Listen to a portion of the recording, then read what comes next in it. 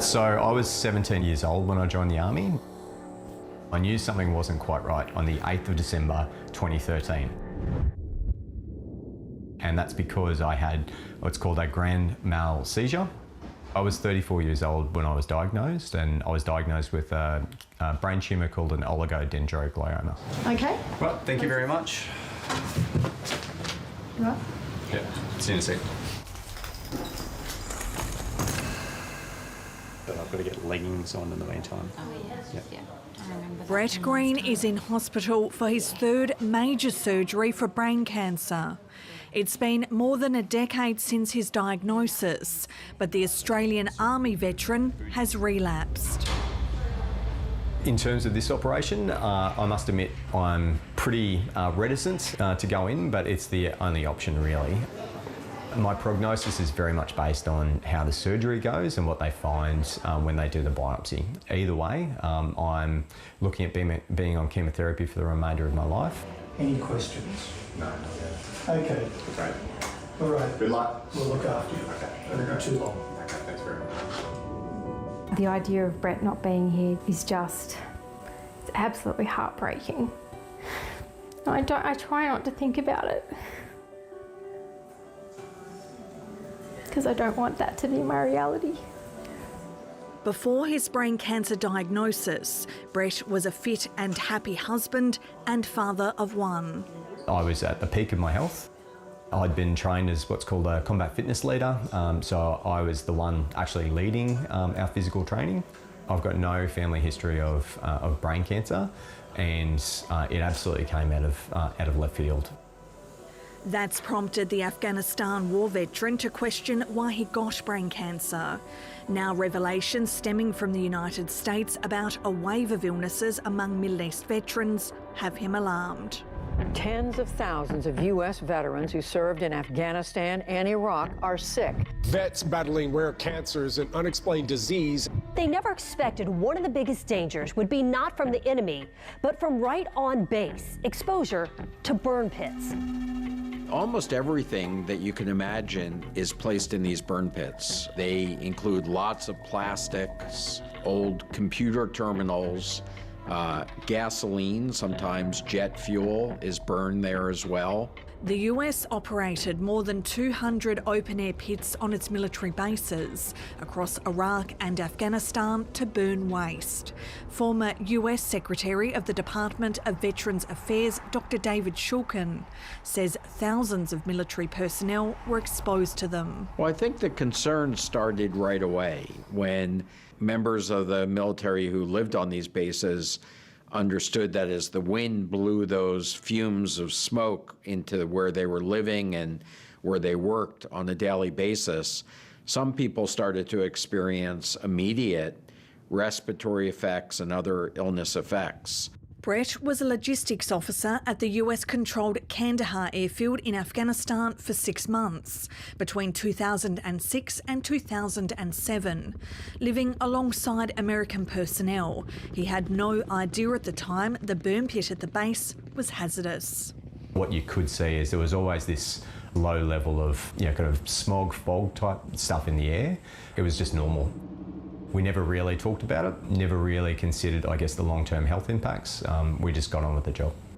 After their deployments, sick US veterans weren't eligible for free medical treatment and compensation because they couldn't prove their illnesses were caused by toxic exposure from burn pits. So imagine this baking dish is a gigantic hole in the ground, like 10 acres. It led to a campaign for change. Oh, that's a burn pit. And in 2022, the so-called PACT Act was signed into law, extending care and benefits to veterans through a presumption that burn pits cause a range of health issues, from asthma to cancer. The majority of the conditions that have been approved as presumptive conditions are respiratory conditions, but there are a number of others, such as brain cancer, hematologic malignancies like lymphomas, pancreatic cancer.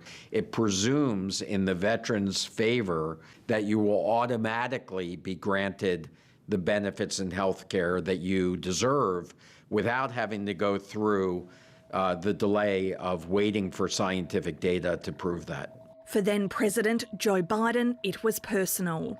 Headaches, numbness, dizziness, cancer. My son Bo was one of them. He believed that his son Bo actually died from burn pit exposure. His son developed a brain tumor called a glioblastoma. Each conflict, we learn afterwards about some type of large environmental exposure. And so I do think that the burn pits are the more recent version of Agent Orange. Australia's Veterans Entitlement Scheme is structured differently to America's. Here, Brett's medical treatment is automatically paid for by the Department of Veterans Affairs, but he has to pursue a separate claim for compensation. That's been rejected, as he's not met any of the criteria for his brain cancer to be deemed military service related. The requirement for this to be accepted is either I had received a significant amount of ionising radiation or had been exposed to HIV through my service or because of my service I hadn't been able to receive treatment and none of those directly apply to us at this point. Under Australia's scheme, chemical exposure is recognised as a causative factor for illnesses such as lung cancer, but not brain cancer. The fact that I've served overseas in literally the same accommodation and the same work facilities with individuals who, if they had this condition, would be automatically accepted, just doesn't make any sense to me, and it's a bit frustrating, to be honest. I think if the United States Congress decides that it wants to do things that are not based on medical scientific evidence, that is really a question for them. The Veterans Affairs Minister, Matt Keogh, says Australia's system is firmly structured around sound medical scientific literature. I completely understand why a veteran who might feel that they might have been accepted under an American system but haven't been accepted under the Australian system may see that as unfair. But I do think we've got to be careful to not just try and take how things are dealt with under an American system and then try and apply them in an Australian context. Epidemiologist Adrian Esterman believes the Australian system is too rigid and automatic compensation for burn pit exposure victims is fairer. From an epidemiological viewpoint, it's very difficult to demonstrate causality. Where were you at the time? Were you within 100 metres of the burn pit, 3 kilometres? You know, so it's very difficult. Which way did the wind blow? One person can get exposed and end up being very ill.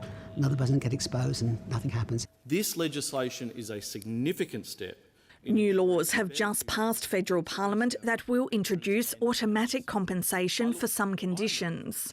But the minister says those illnesses must have a common connection to military service. I've had some veterans of that conflict raise the burn pit issue with me, and the cases that have been raised with me have been quite isolated. They haven't been bringing forward trends that might be indicative of something that would require a deeming provision to be implemented. Brett's operation went well. It's a huge relief for him and his wife Amber. Hey, how you doing? Yeah, doing okay. Thanks, Bob. How much does Brett mean to you? This better be a good answer.